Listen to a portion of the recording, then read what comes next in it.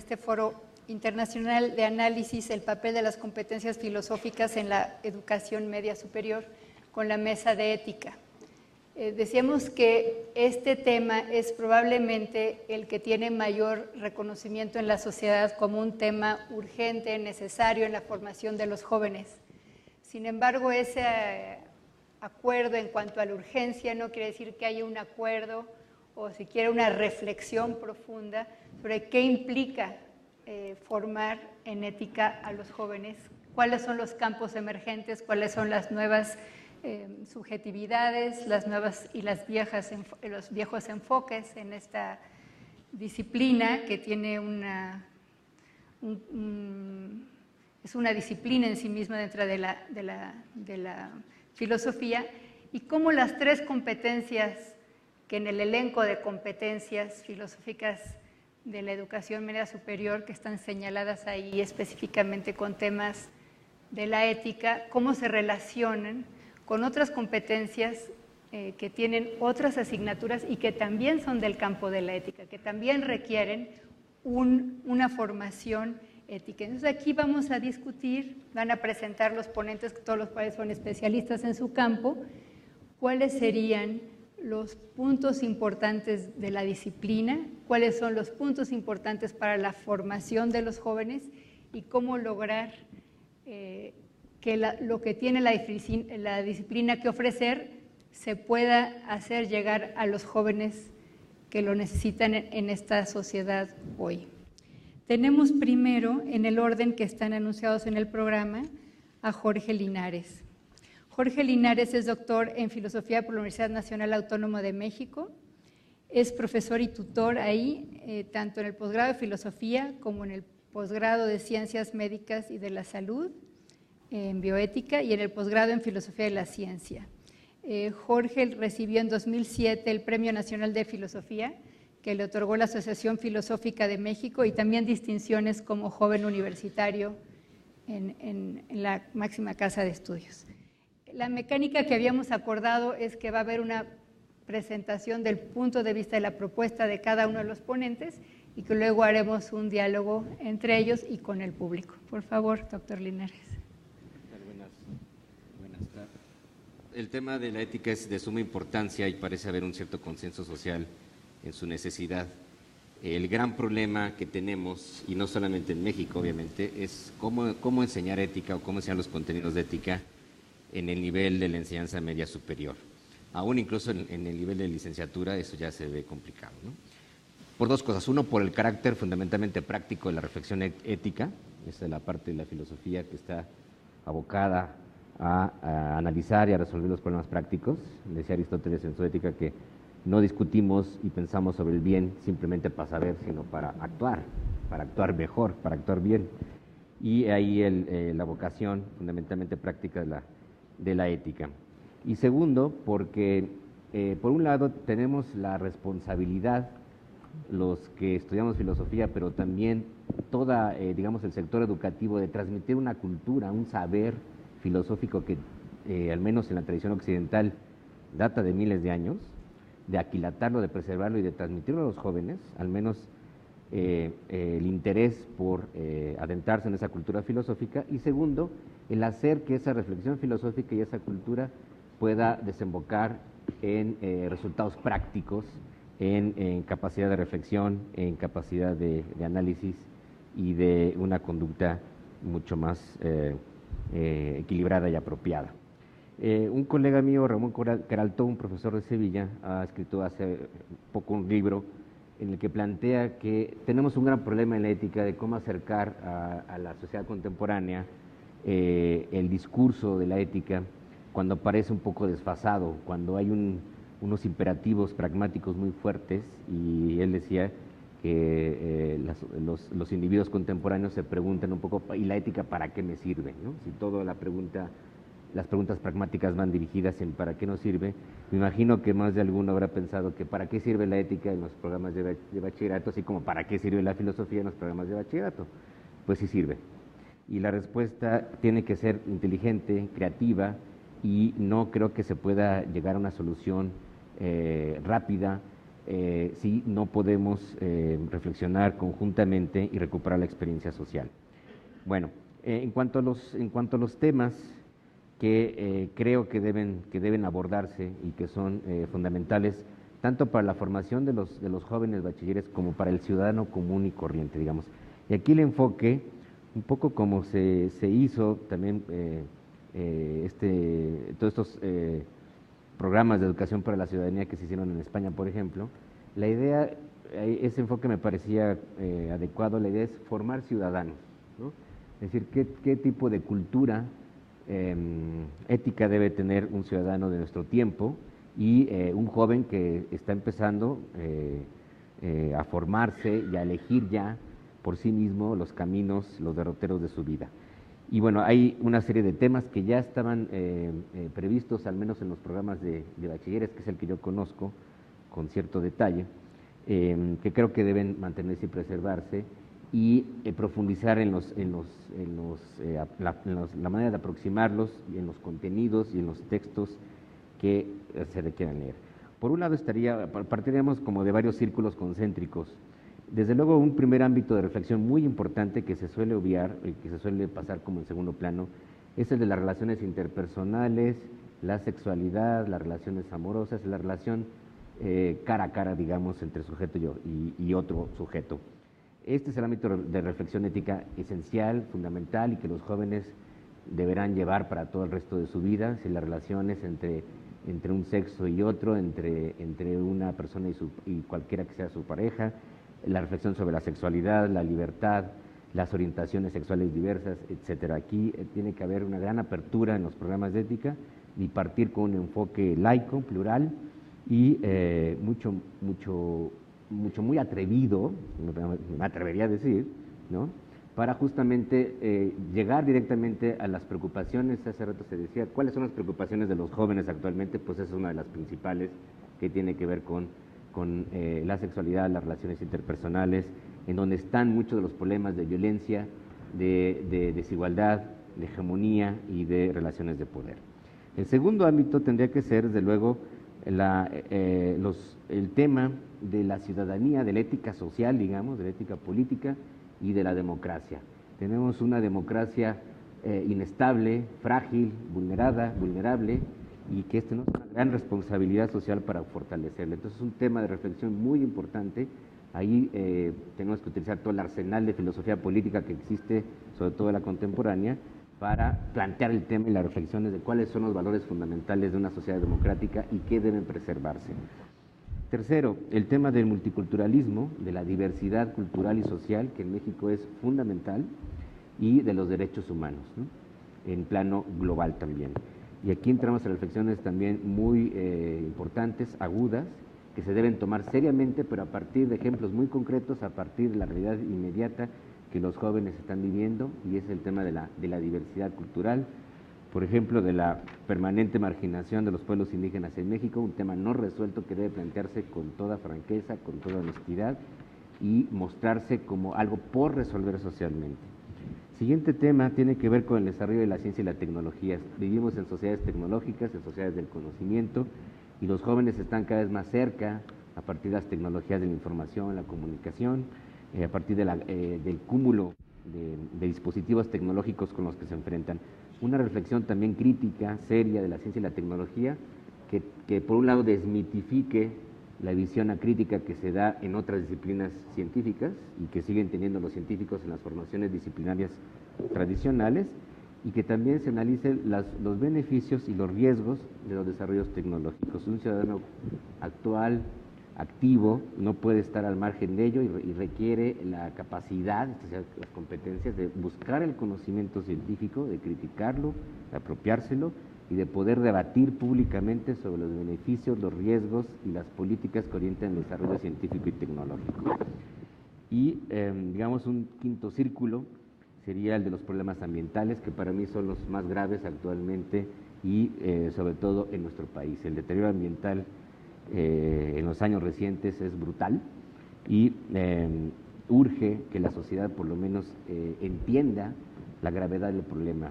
Mucha gente no lo ve, Y no es por falta de ganas o simplemente ignorancia, sino porque no hay una adecuada ponderación de lo que estamos perdiendo. Y entonces una reflexión ambiental, desde el punto de vista de la ética ambiental, de la ecología, de las ciencias de la vida, es fundamental como tema de análisis en los programas de bachillerato para que los estudiantes entren al problema, son sensibles, lo viven todos los días, sobre todo en cada una de sus comunidades vivirá una serie de problemas ambientales, deterioro ambiental, contaminación, en fin, y que se replantee una pregunta filosófica muy profunda, en realidad, que todo el mundo se la puede hacer, que es el de nuestra relación con el resto de la naturaleza y de los demás seres vivos. Urge cuestionar el fundamento, digamos, de esa idea antropocéntrica que ha predominado en las sociedades occidentales, en lo que va del siglo XX y XXI sobre todo, pero en realidad en toda la modernidad, y que está en el fondo, muchos pensamos, de los problemas tecnológicos y ambientales que hoy sufrimos, de una crisis ecosocial que es de dimensiones realmente planetarias y que debería tenernos muy preocupados.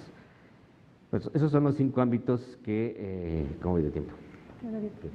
Que creo que deben plantearse como ámbitos de reflexión, de problemas, mediante muchas formas didácticas, desde lo más cercano, películas, textos periodísticos, los debates abiertos entre los alumnos, pero desde luego también hay que acercarlos a la lectura de textos clásicos, fragmentos de textos clásicos que los estudiantes pueden hacer, a escribir también ideas, a debatir.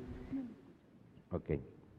Y desde luego, un tema muy importante y pendiente, que eso yo lo pude verificar, es que necesitamos formar a los profesores, no solo porque no tengamos suficientes filósofos en el país, sino porque aún los propios filósofos o los estudiantes que salen de las carreras de filosofía necesitan todo un entrenamiento, digamos, para poder comunicar de manera clara y práctica todos estos problemas. No es fácil la traducción entre la teoría, digamos, más dura, más abstracta, y llevarlo al plano de la reflexión práctica. O sea, la ética tiene un gran desafío por delante. Así es que yo creo que, aún aunque pudiéramos tener los mejores programas del mundo, el gran problema que tenemos es la formación de los profesores. Primero tenemos que formar profesores, o al mismo tiempo, porque no tenemos tampoco toda la vida como para pensar cuándo vamos a tener a los profesores idóneos, ¿no? Y en muchos casos, ya se hacía la pregunta hace rato, pues no serán gente que estudió filosofía, al menos que hayan estudiado otras ciencias sociales, que puedan ser formados en un programa intensivo para que entren en la reflexión de estos temas y puedan transmitir realmente una capacidad de reflexión práctica sobre los problemas más acuciantes de nuestra realidad actual, ¿no? Por otro lado, no está de más, bueno, todo el tema de las competencias, este lenguaje que se ha puesto de moda actualmente, yo tengo mis serias dudas con respecto a cómo se traducen las competencias en filosofía y más en ética, ¿no? No es lo mismo aprender a resolver una ecuación o armar técnicamente algún artefacto que resolver un problema ético, digamos, ¿no? Y si bien las competencias o las habilidades filosóficas son un proceso largo de desarrollo de habilidades de razonamiento, pero también implican sensibilidad, capacidad para leer los textos, es un aprendizaje y apreciación de una cultura, es mucho más básico y mucho más general que un saber técnico. No se puede tecnificar en un saber hacer algo, ¿no? Así es que a mí me parece muy reductor este lenguaje y empobrecedor, y deberíamos, por lo menos en el caso de filosofía y ética, hablar de otro tipo de categorías para poder evaluar adecuadamente si estamos enseñando algo y si los estudiantes aprenden algo. Pero vamos, el espacio de reflexión que se cree en los bachilleratos probablemente sea el último periodo formativo en el que muchos estudiantes entrarán formalmente a estudiar estos temas, ya sea que se vayan a carreras científicas o técnicas o que ya no sigan estudiando. Así es que es muy importante este nivel educativo como para generar una capacidad reflexiva. Esa es la verdadera competencia: reflexión crítica, capacidad de análisis, apreciación por la cultura y por sensibilizarse entre la realidad y los problemas éticos gravísimos que vivimos en nuestra realidad nacional y en la realidad global. Así es que la tarea es ardua, es complicadísima, pero al mismo tiempo tenemos todos los elementos a la mano porque estamos llenos de problemas éticos por todos lados, estamos haciendo agua por todos lados en este país y nos urge, en verdad nos urge, tener unos buenos programas de formación, capacitar a los profesores y generar un debate social amplio, democrático, público, plural, para poder enfrentar los gravísimos problemas que hoy tenemos. Muchas gracias, doctor Linares.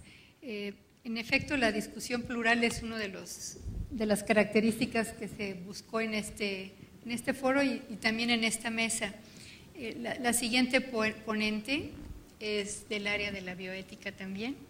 Ella es licenciada en Filosofía por la Universidad La Salle en México y doctora en Filosofía por la Universidad de Génova, donde salió con una mención honorífica, y cuenta con un máster en bioética en el Pontificio Ateneo Regina Apostolorum de Roma. En 2007, la Asociación Mexicana de los Medios de Comunicación, AC, le otorga un reconocimiento por su labor como difusora de la ciencia y literatura mexicana en Europa. Presentó, por ejemplo, entre sus publicaciones un libro sobre la filosofía y la medicina en el México antiguo, publicado en Génova por la editorial Erga. Es miembro del Consejo Directivo del Instituto Italiano de Bioética y fue también elegida en el Comité Directivo de la Federación Internacional de Sociedades Filosóficas y ha participado como ponente invitada en varios congresos filosóficos nacionales e internacionales. Muchas gracias por venir con nosotros, gracias, doctora Velázquez. Voy a tratar de ser lo más breve posible para no quitarle tiempo a los panelistas, porque en realidad lo mío no era una participación propia dentro del panel, sino traerles un saludo de la Federación Internacional de Sociedades de Filosofía, que como lo decía la doctora Lilian, pues me honro en formar parte de su comité directivo, que agrupa todas las asociaciones y sociedades de filosofía y que cada 5 años organiza el Congreso Mundial. Dentro del comité directivo de la federación tenemos algunos comités internos, y uno de estos comités internos es precisamente el Teaching of Philosophy, el enseñamiento de la filosofía. Es una preocupación muy grande que se tiene. Se ha colaborado, casi siempre nuestros proyectos son con la UNESCO, en publicaciones, en hacer congresos, olimpiadas y en llevar la filosofía desde la tierna infancia, lo que le decimos la filosofía para niños. Y también, si nos preocupa la filosofía para los niños en la federación, pues con toda más razón nos preocupa la formación filosófica del adolescente en lo que sería la enseñanza media superior. Incluso en el documento más reciente de la federación, en el que se elaboró en el Congreso de Corea del 2008, una de las preguntas fue esa, y quiero leer textualmente cuál era la posición de la federación. Dice: ¿cuál lugar le compete a la filosofía durante la adolescencia? Considerando las relaciones que dicha enseñanza tiene en realizar con las exigencias de educación moral, ética y cívica, desde este punto de vista se han discutido varias soluciones que conciernen en particular la articulación entre presentación temática y presentación histórica de la enseñanza de la filosofía, sin olvidar el estudio de los problemas pedagógicos específicos que presenta el enseñar la filosofía en el nivel de la educación media superior, y por lo tanto también la cuestión de una formación pertinente y adecuada de los maestros de filosofía destinados a este nivel. Es lo que presentábamos en el documento y que está muy de acuerdo a todo lo que se ha hablado el día de hoy, ¿no? Todas las preguntas eran, bueno, ¿y se puede enseñar filosofía no siendo filósofos? ¿Se les puede dar las armas para filosofar? A mí me gustó mucho la respuesta que daba el doctor Héctor Zagal cuando dice, bueno, nos hemos puesto a pensar si a alguien de derecho le gustaría que un filósofo fuera el que diera introducción al derecho, o algún biólogo permitiría a un filósofo, aunque fuera a un nivel elemental, dar esto. Pues no, estamos conscientes del problema que existe en las vocaciones filosóficas, pero si nosotros mismos no las fomentamos, pues esto es como un círculo vicioso. Si en cambio las fomentamos, si les decimos que ellos van a ser, en realidad los maestros, los enseñantes de filosofía, los estamos también incitando a estudiar filosofía, a que no se nos queden nuestras facultades sin este tipo de estudiantes. Yo creo que por ahí también va esta solución. Ahora, se dijo, me presentó muy amablemente la doctora Liliana, que trabajo en la bioética. Dentro de estas comisiones de la FIS, incluso estoy dentro de la comisión de la bioética y trabajo en la única facultad de bioética que existe en América Latina. Entonces, por esto mi inserción en este panel no era de casualidad. Y yo creo que en la enseñanza de la ética, pues muchas veces nuestros alumnos nos presentan o quieren que nosotros les presentemos los problemas que no vean en las nubes, sino que sean más tangentes, sobre los que ellos puedan discutir, sobre los que ellos puedan tener un debate. Pues qué mejor que lo que la vida diaria les presenta. Y esto se los está presentando la bioética. No es un caso que en los últimos 20, 25 años del siglo pasado y en lo que va de nuestro siglo, la ética haya tenido una especie de resurrección, un resurgimiento. ¿Por qué? Por los problemas de tipo bioético que se nos están presentando y que antes no existían, como puede ser, no sé, me viene a la mente la fecundación asistida. Antes, pues, si una pareja no podía tener hijos, pues no podía y ya no había soluciones. Ahora, la fecundación in vitro, dentro de la fecundación in vitro hay muchísimos problemas, la fecundación homóloga, heteróloga, por no hablar del testamento biológico, de la reanimación de los prematuros de bajo peso. Todos esos son problemas de tipo ético. Y luego nos dicen, bueno, es que la tecnología, hay una ética de la tecnología, si la había también como ética de la ciencia. Y si nosotros, dentro de la lógica a nuestros estudiantes, les estamos enseñando a utilizar una terminología adecuada, con conceptos elementales, como el que existe términos unívocos, equívocos y análogos. La filosofía es un término unívoco. En el panel anterior también oí que uno de los colegas dijo, bueno, en el bachillerato tecnológico damos filosofía, aunque no le llamemos así, aunque no se le llame filosofía, ahí hay filosofía. Yo digo que no hay que tener miedo a la terminología. A la filosofía hay que llamarle filosofía, a la lógica hay que llamarle lógica, a la ética hay que llamarle ética. Si no, yo creo que estamos contribuyendo o fomentando esto de lo que ahora se ha dado en llamar el hombre light. Y pues esto yo creo que es muy grave, porque en el hombre light, pues ¿qué es en él? En él la moda es el eje de la cultura. Él está pensando que no hay una ética universal como la que nos enseñaron nuestros maestros. Ahora, la ética va a ser subjetiva, lo que a mí me parece. Señores, llevémonos a las fuentes. Si no, tenemos un adolescente que tiene todo, digamos así, pero que no es feliz.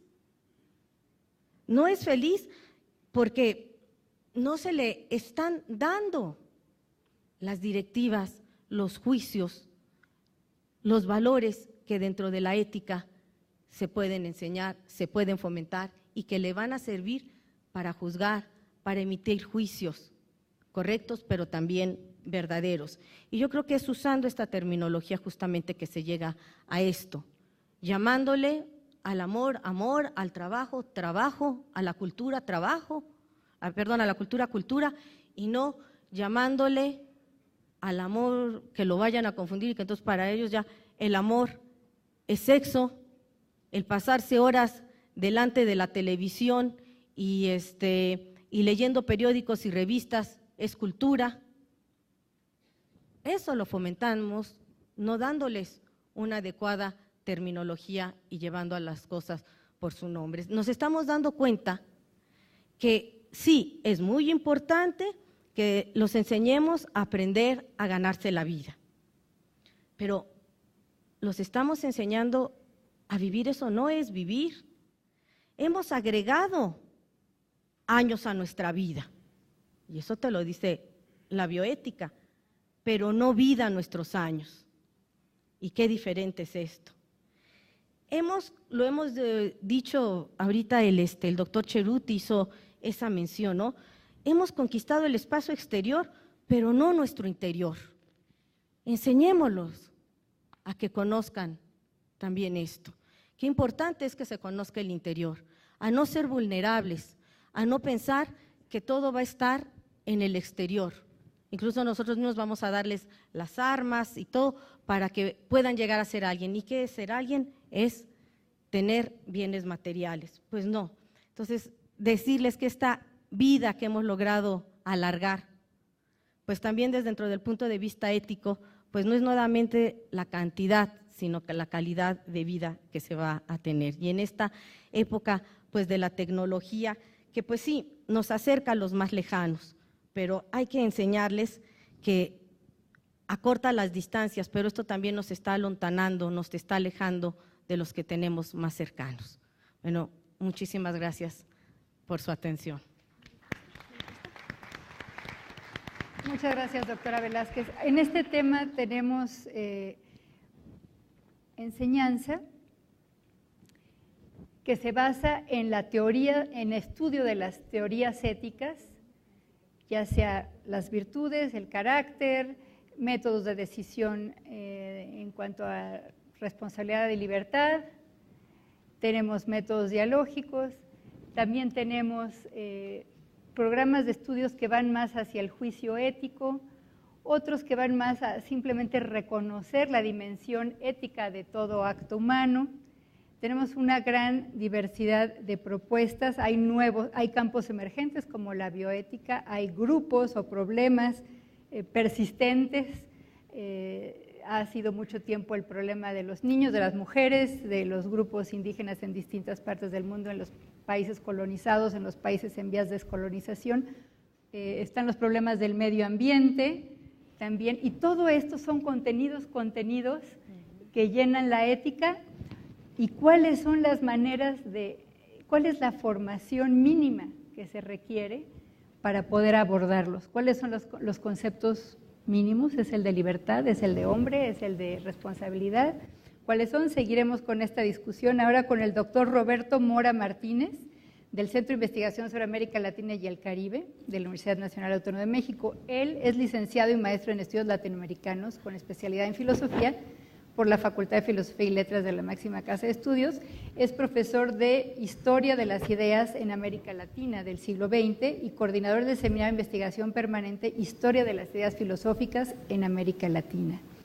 A pesar de ser muy joven, ha sido profesor visitante en muchas universidades y muchas de ellas en Argentina, en el norte, sur y centro de Argentina. Ha sido también secretario académico del posgrado en estudios latinoamericanos y editor de la revista de Filosofía, Antropología e Historia de la Universidad Autónoma de Querétaro, y además ha colaborado en diversas publicaciones de la Universidad Nacional Autónoma de México. Entonces, muchas gracias, doctor, por su tiempo, por su interés en este tema. Por favor, díganos lo que usted pensó como el centro de su reflexión. Bien, muchas gracias. Antes que nada, un saludo a todos los asistentes, a todos los organizadores. Y más que hablar de la manera como se debe de trabajar en la ética, enseñar la ética, yo me voy a enfocar a cómo no se debe enseñar la ética. ¿Por qué? ¿A qué me voy a referir con esta barbaridad que acabo de decir, ¿no? Resulta que actualmente en las universidades de México y de América Latina están dándose las semanas de valores o moral para el siglo XXI o ética para el día de hoy, etcétera. Son muchos y muy diversos los nombres que se utilizan para introducir a los estudiantes a lo que son los problemas éticos. Y dentro de esos, a mí me tocó, me invitaron hace algunos meses a participar en algunos de ellos. Y a mí me llamaba la atención que la gente salía fascinada y diciendo, sí, la ética es muy importante, la sociedad se nos está cayendo a pedazos. Efectivamente, se nos está cayendo a pedazos. Y la pregunta era la que yo les preguntaba, oye, ¿y se acuerdan de lo que estudiaron en ética en el nivel bachillerato? Nadie. ¿Algún autor, uno solo del que hayan leído en la ética? De los libros de Sánchez Vázquez o de Gutiérrez Sáenz, que son los que más se utilizan, entre otros, ¿no? Que ahorita son los que yo me acuerdo más. Nadie. ¿Qué pasaba con esos cursos de ética que los alumnos de la licenciatura y muchos del posgrado no se acordaban que habían llevado? ¿Por qué la ética no se acordaban? ¿Por qué la ética no era importante? Y frente a estas preguntas que les formulaba, se me ocurría seguir de una u otra manera profundizando. ¿Cómo era la enseñanza que les daban? Pues efectivamente, estaban los textos, leían los escritos y empezaban a reflexionar a partir de los escritos. Es decir, de lo que decía Hume, de lo que decía Kant, etcétera, etcétera, etcétera. Motivo por el cual uno no se podía acordar. ¿Por qué? Porque los temas que ahí estaban no estaban relacionados con la vida personal, no estaban relacionados con la vida social. Esa manera de enseñar ética, que es de una u otra manera correcta, ¿por qué es correcta? Para los filósofos, pero no todos los alumnos que están en nivel bachillerato y muchos de licenciatura van a la carrera de filosofía. Entonces hay que adoptar otras estrategias para la enseñanza de la ética.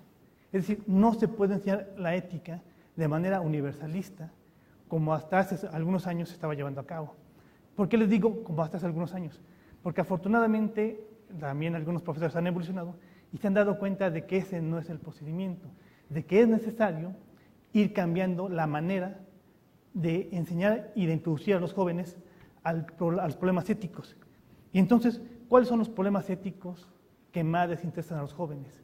Y que ya viene siendo la manera un tanto adecuada para interesarlos. En primer lugar, son los problemas que no se han resuelto, que el ser humano no ha resuelto y que no resolverá, como son los problemas de reproducción de la vida, los problemas del cuerpo, el problema del comer, el tener una casa, el vestirse, el reproducirse, la desigualdad económica, porque actualmente los jóvenes, sobre todo en el nivel medio de bachillerato, si no llevan la ropa con marca, entonces no forman parte de un núcleo social. Entonces, ¿qué es lo que han adoptado un gran número de jóvenes? Irse a algunos centros, antes era Tepito, ahora ya no sé cuáles sean, ahora ya es cualquier centro que uno se pueda encontrar ahí en la calle, comprarse las marcas de ropa, las etiquetas, y pegárselas a la ropa, para así demostrar que están formando parte de un núcleo económico fuerte, y que es uno de los mayores problemas que se puede tener, o que se puede enfrentar en ética, el ser sobre el tener. Ese tipo de aspectos son los que más les preocupan. Si lo que se señala sobre la verdad, o sobre lo bueno, o sobre la bondad del ser humano, son temas fundamentales, es cierto que la estrategia no puede ser ir directamente a la definición de verdad, ni a la definición de bueno, ni a la definición de bondad. ¿Por qué? Porque esta va a cambiar de un autor a otro y ya no son temas actuales de debate en la ética. Si bien es cierto, siguen en el fondo del debate, ya no son los temas que están de una u otra manera importando, ni siquiera para los que están profesionales de la ética. El tema es que de una u otra manera, cuando a un joven se le está acercando a los problemas reales de la vida que le toca en torno, es cuando se empieza a interesar. Los problemas de corrupción en México son muy graves y a todos los jóvenes les interesa. ¿Por qué? Porque saben que esa corrupción los está afectando, pero no saben, o no sabemos, no sé, yo me incluyo en los que no sabemos, cómo enfrentarla, qué hacer frente a la corrupción. ¿Que hay que ser bueno? Pues sí, evidentemente, pero el ser bueno frente a la corrupción no resuelve nada. El dejar que los jóvenes empiecen a reflexionar, a mí se me hace lo importante. Con base, ahora sí, en los textos. Un aspecto que me gustaría destacar. ¿Por qué a la gran parte o a grandes sectores de la juventud les atrae y les interesa la vida de los narcotraficantes? Esta parte de la seducción que se señalaba con respecto a la vida bella, a la vida glamorosa, al sentirse poderosos. Y no es una broma, en las películas, que incluso se pueden ver en la televisión, se presenta a la vida de los narcotraficantes como una vida de mucho lujo, cuando es realmente una vida trágica y una vida donde ponen la vida cada rato, se están muriendo, se están matando entre ellos. Sin embargo, sigue siendo atractiva para los jóvenes. Es decir, a partir de ahí es que uno puede empezar a señalar cómo es posible enseñar un principio material universal de la ética, es decir, cómo empezar a analizar los problemas del ser humano a partir de lo que este ser humano está experimentando, a partir de lo que el joven está experimentando. Y es entonces cuando uno puede, como profesor, ya apegarse y encontrarle la riqueza a los textos de los diversos pensadores. Pero no solamente a Hume, Kant, Hegel y los demás universales, sino a los escritos de los propios profesores de México y de América Latina que han estado pensando sobre el tema y sobre el problema. Lo que señalaba el profesor, el problema de la otredad, que no hay una otredad, no hay un otro, hay unos otros y unas otredades. Los grupos indígenas son distintos entre sí. Saber o entender esas diferencias es lo que le puede posibilitar a la juventud un mayor reconocimiento y una mayor identificación del qué pasa. El problema de la pobreza, que realmente no reflejamos a partir del problema de la pobreza. Y el problema de la pobreza es uno de los que más afecta a México y los problemas éticos que más estamos enfrentando. Y eso es realmente abrir la puerta al joven para empezar a reflexionar. Pero repito, no solamente a partir de los textos universales. Hay filósofos de la ética, hay éticos de México que ya han escrito y que no se los lee. ¿Por qué no? Porque son más importantes los filósofos europeos, no más importantes, más difundidos. Entonces, el hecho de difundir lo que en México y en América Latina se ha reflexionado y que está más cerca de los jóvenes, es lo que nos puede permitir acercarnos más a ese mundo de la ética y que realmente los jóvenes puedan recordar lo que han estudiado en los cursos de ética. Es lo que les puedo comentar y muchas gracias. Muchísimas gracias. Sí, parece haber un consenso, se ha dicho mucho que se tiene que partir de la experiencia de los jóvenes. Ojalá podamos llegar a decir qué categorías filosóficas y de la ética pueden llevar al maestro a ayudarle a los alumnos a enriquecer, a problematizar esa experiencia con conceptos, a resignificarla, simplemente a reconocer problemas éticos ahí donde tal vez no los ven, nada más ven una incomodidad, un problema, algo que está ahí. Muchas gracias, doctor Mora. Tenemos ahora al doctor Francisco Castro Merrifeld, coordinador de la licenciatura en Filosofía del Departamento de Filosofía de la Universidad Iberoamericana.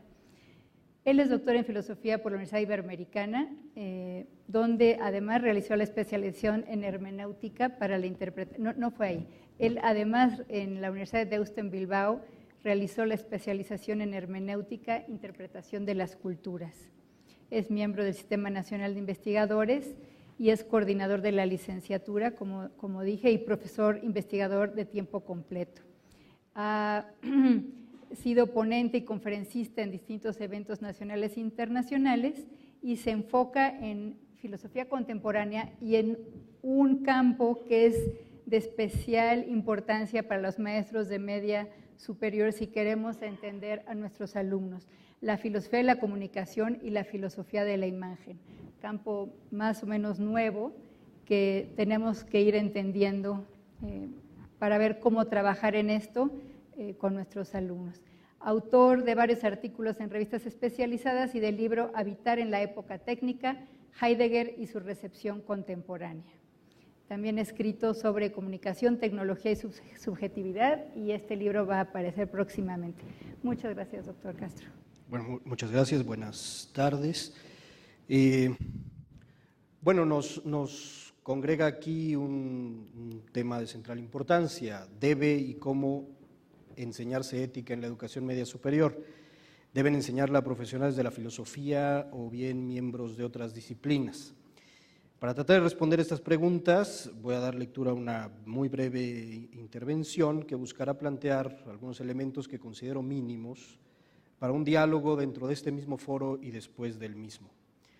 Esta plática, esta breve intervención, estará dividida en 4 partes. En la primera trataré de sostener que la filosofía no es un tema de educación, sino que la filosofía en sí misma es educación, y sostendré que proporciona una herramienta excepcional para quien esté interesado en defender la pedagogía propia de la ética en el bachillerato.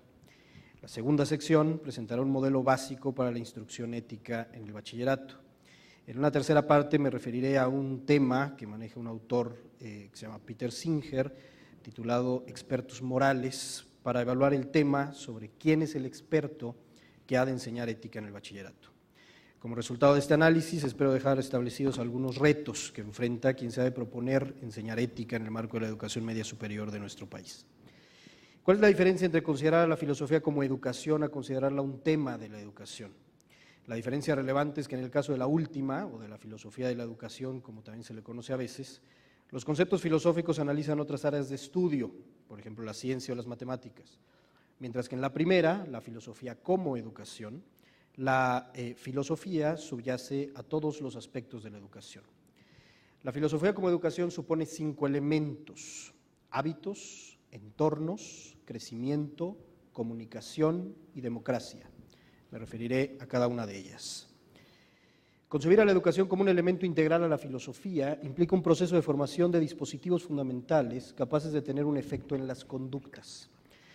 Estos dispositivos implican creencias y más generalmente hábitos que juntos forman y definen la flexibilidad del carácter de una persona.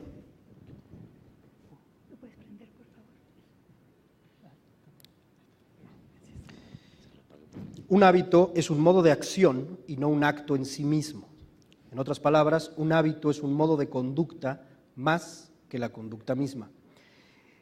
La filosofía como educación supone la adquisición crítica de hábitos de conducta controlados por los valores ideales que alimentan el crecimiento humano. Los valores dirigen las decisiones y las acciones cuando existen hábitos que entorpecen la buena conducta. La prueba definitiva para el valor de un hábito consiste en preguntarnos si acaso responde directamente al cuestionamiento que se le plantea, con modos que doten la experiencia de significado, generen nuevas conexiones, creen herramientas auxiliares para futuros cuestionamientos y desarrollen las habilidades auténticas de aquel que cuestiona. No debe sorprendernos que a la prueba del valor de un hábito sea idéntica a la prueba del valor de la educación. Ambas suponen la técnica o el arte de imaginar modos posibles de mejorar las propias capacidades y de tomar lo que uno aprende en un contexto para poder aplicarlo en otro contexto. Lo que el estudiante ha aprendido por la vía del conocimiento, de los hábitos y de las habilidades propias de una situación, se vuelve un instrumento para comprender. Que mejor sin micrófono. Bueno. Otra vez. No debe sorprendernos que la prueba de valor de un hábito sea idéntica a la prueba del valor de la educación. Ambas suponen la técnica o el arte de imaginar modos posibles de mejorar las propias capacidades y de tomar lo que uno aprende en un contexto para poder aplicarlo en otro contexto. Lo que el estudiante ha aprendido por la vía del conocimiento, de los hábitos y de las habilidades propias de una situación se vuelve un instrumento para comprender y lidiar efectivamente con las situaciones subsecuentes. Por lo que respecta a la educación, crear un entorno que propicie el aprendizaje es una de las tareas principales que corresponden al educador. Los educadores diseñan entornos que propician o no el aprendizaje. Cuando la información se presenta mecánicamente por parte del maestro y se espera que los estudiantes la reciban y repitan pasivamente, el entorno mina los propósitos del aprendizaje y del crecimiento. Como bien sabemos, poseer muchos conocimientos sobre un tema no es una condición suficiente para ser un educador efectivo. Más bien, una buena pedagogía integra los contenidos con métodos innovadores de enseñanza dentro de un entorno que conduce a ambos objetivos, a la vez que disciplina los impulsos naturales del estudiante. Contrariamente al método mecánico al que ya nos referimos, los mejores métodos han de considerar la habilidad del maestro para diseñar proyectos que estimulen la curiosidad natural de los estudiantes, a la vez que les permiten enfocar su atención en el dominio de técnicas de argumentación y cuestionamiento, así como asegurarse de las consecuencias de sus procesos. El crecimiento educativo ocurre cuando un estudiante desarrolla sus potencialidades bajo circunstancias propicias, es decir, en circunstancias aportadas típicamente por un buen educador. Ello no significa que el crecimiento solo pueda ocurrir dentro de los límites de la escuela. El trabajo cotidiano de la escuela implica el que los alumnos puedan vivir tanto en ella como fuera de ella y crecer diariamente en sabiduría y valores cívicos y éticos, que el aprendizaje se encuentre animado por la inquietud de alcanzar la verdad como alimento del espíritu y a través de las formas de conocimiento que la tradición ha cultivado. El conocimiento, visto así, es experiencial, en el sentido de que los alumnos aprenden de sus experiencias y modifican sus comportamientos en consecuencia, lo que conduce a cultivar hábitos inteligentes. La educación también permite a los estudiantes convertirse en comunicadores más efectivos y competentes. La comunicación juega un papel crucial en el cuestionamiento y en la resolución de problemas. Etimológicamente, comunicar algo consiste en hacer algo común. Lógica es el término que permite describir el modelo de cuestionamiento que ha de ser común al discurso científico y al discurso ordinario. De hecho, la lógica supone una teoría general del lenguaje en donde materia y forma no se separan. La forma no es más que la técnica de análisis, mientras que la materia es el tema o el contenido del análisis. Al convertir objetos de la experiencia cotidiana en cosas con significado, la comunicación reconstruye los términos convencionales en instrumentos precisos para resolver problemas comunes. Desarrollar la habilidad para comunicarnos a través de las fronteras disciplinarias acerca de los productos de nuestras inquietudes diversas es también un objetivo de la empresa educativa. Es la meta de encontrar lo común en lo que originalmente tendía a estar separado y especializado. La democracia, en tanto un ideal social, demanda de educación para su realización. El educador democrático busca la creación de una experiencia más libre y más humana en la cual todos compartimos y todos contribuimos. Con el contexto anterior, llegamos muy específicamente al tema que nos interesa. Parece haber una aparente antinomia entre el extendido apoyo popular para enseñar ética en las escuelas, por un lado. Nadie se atrevería abiertamente a decir hoy que nuestra sociedad no necesita valores éticos y educación. Pero este acuerdo general también muestra varias voces que sugieren que no deben ser primordialmente filósofos quienes se hagan cargo de esta enseñanza, o bien que las pautas por medio de las cuales se ha enseñado tradicionalmente la ética deben ser profundamente modificadas. Hay un punto en estos planteamientos críticos que debe ser tomado en cuenta. En muchas ocasiones, la oposición a la pedagogía ética no se enfoca fundamentalmente hacia la filosofía, sino hacia una concepción particular de la ética que piensa erróneamente que el salón de clases es un espacio para moralizar, adoctrinar o para establecer instrucción moral basada en ocurrencias. En otras palabras, y yo personalmente comparto esta visión, la enseñanza de la ética entendida como un adoctrinamiento desde una perspectiva moral o religiosa particular es inapropiada para el salón de clases moderno, liberal y secular. Este tipo de aprendizaje se enseña mejor en un contexto diferente, en el de la casa o el de la iglesia. La ética ha de ser impartida por filósofos evitando la tentación que hemos mencionado.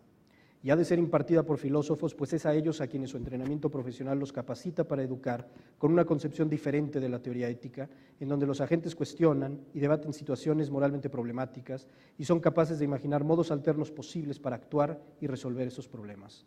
Dicho lo anterior y bajo esas características, la ética filosófica es enseñable en el salón de clases y de hecho es indispensable para cualquier estructura curricular bien planteada. La ética, con un enfoque filosófico adecuado, genera una serie de beneficios concurrentes: el desarrollo de una posición abierta, de una imaginación moral y de la habilidad para enfrentar situaciones prácticas complejas. La apertura es una disposición secundaria que da a los estudiantes el poder para aprender cómo aprender, es decir, para moldear y modificar las herramientas iniciales que ha adquirido, resolviendo problemas en situaciones específicas, para después generalizar esas elecciones para su uso en situaciones futuras impredecibles. El estudio de la ética prepara a los estudiantes para la vida pública, ofreciéndoles la memoria y los instrumentos de la vida humana misma, elementos que no son solo relevantes, sino integrales a la vida práctica. Por lo que corresponde a los hábitos, la educación ética en el bachillerato ha de cultivar hábitos de cuestionamiento específicos, como la apertura y la imaginación moral en el carácter de los estudiantes. En segundo lugar, en el área del entorno, los profesores de bachillerato han de diseñar entornos de aprendizaje ético por la vía de plantear dilemas y problemas morales que requieren una negociación de valores, evaluando y reforzando por ese medio la inteligencia necesaria para los hábitos de la elección moral. En tercer lugar, el objetivo de la enseñanza ética en el bachillerato consiste en generar crecimiento, un enriquecimiento ordenado de la experiencia, ayudando a los estudiantes a adquirir la instrumentalidad necesaria para negociar con situaciones prácticas morales que resulten problemáticas. La educación ética en el bachillerato ha de mejorar las competencias comunicativas. Trabajar situaciones moralmente problemáticas con otros estudiantes tiende a refinar la habilidad del estudiante para comunicarse empáticamente con otros. La educación ética en el bachillerato también facilita el involucramiento democrático y un sentido claro del análisis de la eficacia política.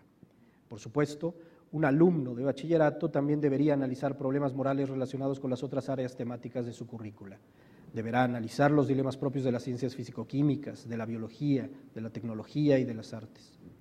En cualquier caso, la resolución situacional de problemas permite a los estudiantes imaginar los intereses de todos aquellos afectados por sus decisiones, incluidos aquellos que no están presentes, lo que constituye una habilidad importante en el actuar de un ciudadano representativo, es decir, uno que representa tanto sus intereses como los de otros ciudadanos. De hecho, una vez que un estudiante se habitúa a la actividad comprometida de resolver problemas, es más probable que se sienta comprometido también a involucrarse en asuntos públicos que contribuyan significativamente al proceso político. Finalmente, si seguimos a Peter Singer en su evaluación sobre qué es un experto moral, llegamos a la conclusión de que el filósofo moral tiene algunas importantes ventajas sobre el profesionista sin formación filosófica para la enseñanza de la ética. Estas 3 ventajas son, primero, que tiene un entrenamiento formal en procesos de argumentación. Segundo, que tiene una mayor familiaridad con las herramientas conceptuales de la ética. Y tercero, que puede dedicar la mayor parte del tiempo de su actividad profesional a contemplar exclusivamente asuntos morales e investigar sobre ellos. En conclusión, sin importar los compromisos ideológicos o pedagógicos que subyacen a la administración del bachillerato, elementos como el cultivo de hábitos inteligentes, el diseño de entornos educativos superiores, la provisión de condiciones para el crecimiento personal, el desarrollo de mejores competencias comunicativas y la promoción de la democracia en el salón de clases deben obtener apoyo y no oposición. La singularidad que aporta el filósofo sobre otros profesionales para la impartición de las herramientas éticas a los jóvenes del bachillerato también debe obtener ese apoyo. Es un hecho que nosotros no podemos decirle a los jóvenes lo que está bien y lo que está mal. No debemos decírselos en las escuelas. De cualquier modo, no nos creerían. Lo que sí podemos hacer es preguntarles qué piensan sobre lo que significa ser civilizado y permitirles hablarlo abiertamente con nosotros y entre ellos. La ética con un valor filosófico no es mucho más que eso. Gracias.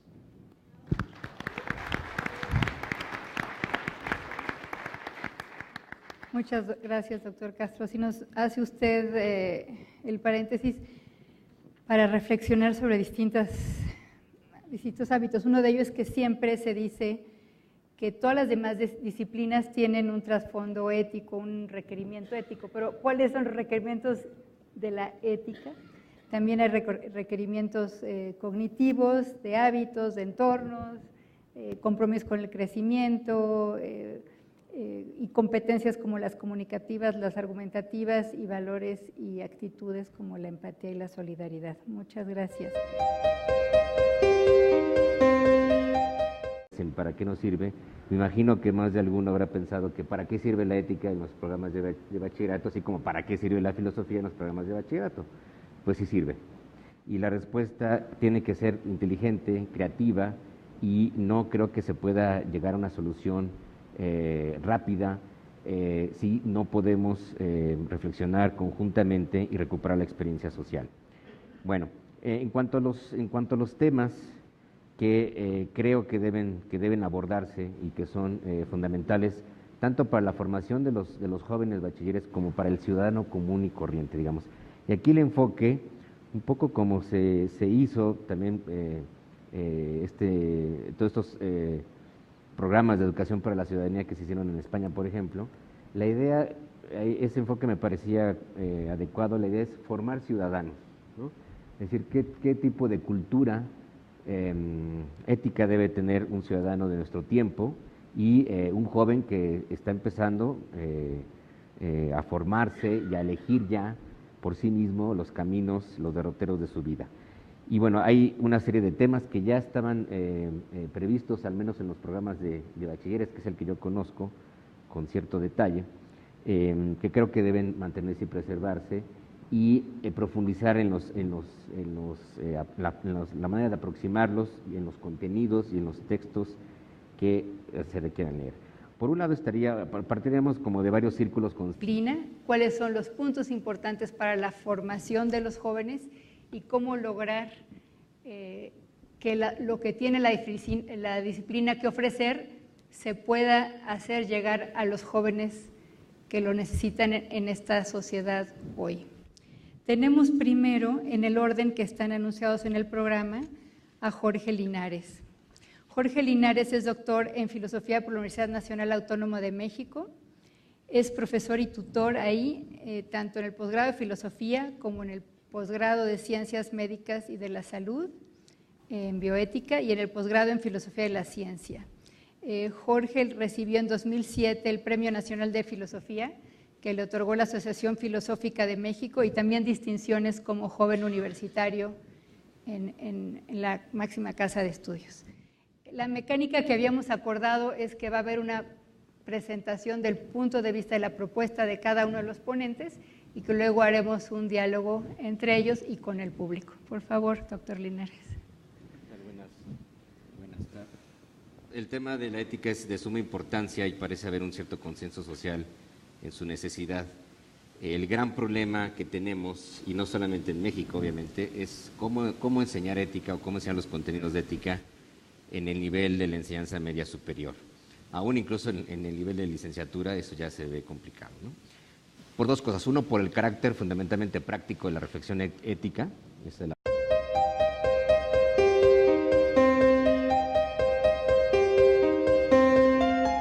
Continuamos con este foro internacional de análisis, el papel de las competencias filosóficas en la educación media superior, con la mesa de ética. Decíamos que este tema es probablemente el que tiene mayor reconocimiento en la sociedad como un tema urgente, necesario en la formación de los jóvenes. Sin embargo, ese acuerdo en cuanto a la urgencia no quiere decir que haya un acuerdo o siquiera una reflexión profunda sobre qué implica formar en ética a los jóvenes, cuáles son los campos emergentes, cuáles son las nuevas subjetividades, las nuevas y las viejas, los viejos enfoques en esta disciplina que tiene es una disciplina en sí misma dentro de la filosofía, y cómo las tres competencias que en el elenco de competencias filosóficas de la educación media superior, que están señaladas ahí específicamente con temas de la ética, cómo se relacionan con otras competencias que tienen otras asignaturas y que también son del campo de la ética, que también requieren una formación ética. Entonces aquí vamos a discutir, van a presentar los ponentes, todos los cuales son especialistas en su campo, cuáles serían los puntos importantes de la disciplina. Céntricos. Desde luego, un primer ámbito de reflexión muy importante que se suele obviar y que se suele pasar como en segundo plano es el de las relaciones interpersonales, la sexualidad, las relaciones amorosas, la relación cara a cara, digamos, entre sujeto y otro sujeto. Este es el ámbito de reflexión ética esencial, fundamental, y que los jóvenes deberán llevar para todo el resto de su vida, si las relaciones entre un sexo y otro, entre una persona y cualquiera que sea su pareja, la reflexión sobre la sexualidad, la libertad, las orientaciones sexuales diversas, etcétera. Aquí tiene que haber una gran apertura en los programas de ética y partir con un enfoque laico, plural y muy atrevido, me atrevería a decir, ¿no?, para justamente llegar directamente a las preocupaciones. Hace rato se decía, ¿cuáles son las preocupaciones de los jóvenes actualmente? Pues esa es una de las principales, que tiene que ver con la sexualidad, las relaciones interpersonales, en donde están muchos de los problemas de violencia, de desigualdad, de hegemonía y de relaciones de poder. El segundo ámbito tendría que ser, desde luego, el tema de la ciudadanía, de la ética social, digamos, de la ética política y de la democracia. Tenemos una democracia inestable, frágil, vulnerable, y que no es una gran responsabilidad social para fortalecerla. Entonces es un tema de reflexión muy importante. Ahí tenemos que utilizar todo el arsenal de filosofía política que existe, aparte de la filosofía que está abocada a analizar y a resolver los problemas prácticos. Decía Aristóteles en su Ética que no discutimos y pensamos sobre el bien simplemente para saber, sino para actuar mejor, para actuar bien. Y ahí la vocación fundamentalmente práctica de la ética. Y segundo, porque por un lado tenemos la responsabilidad, los que estudiamos filosofía, pero también digamos, el sector educativo, de transmitir una cultura, un saber filosófico que al menos en la tradición occidental, data de miles de años, de aquilatarlo, de preservarlo y de transmitirlo a los jóvenes, al menos el interés por adentrarse en esa cultura filosófica, y segundo, el hacer que esa reflexión filosófica y esa cultura pueda desembocar en resultados prácticos, en capacidad de reflexión, en capacidad de análisis y de una conducta mucho más equilibrada y apropiada. Un colega mío, Ramón Queraltó, un profesor de Sevilla, ha escrito hace poco un libro en el que plantea que tenemos un gran problema en la ética de cómo acercar a la sociedad contemporánea el discurso de la ética cuando parece un poco desfasado, cuando hay unos imperativos pragmáticos muy fuertes, y él decía que los individuos contemporáneos se preguntan un poco, ¿y la ética para qué me sirve?, ¿no? Si toda las preguntas pragmáticas van dirigidas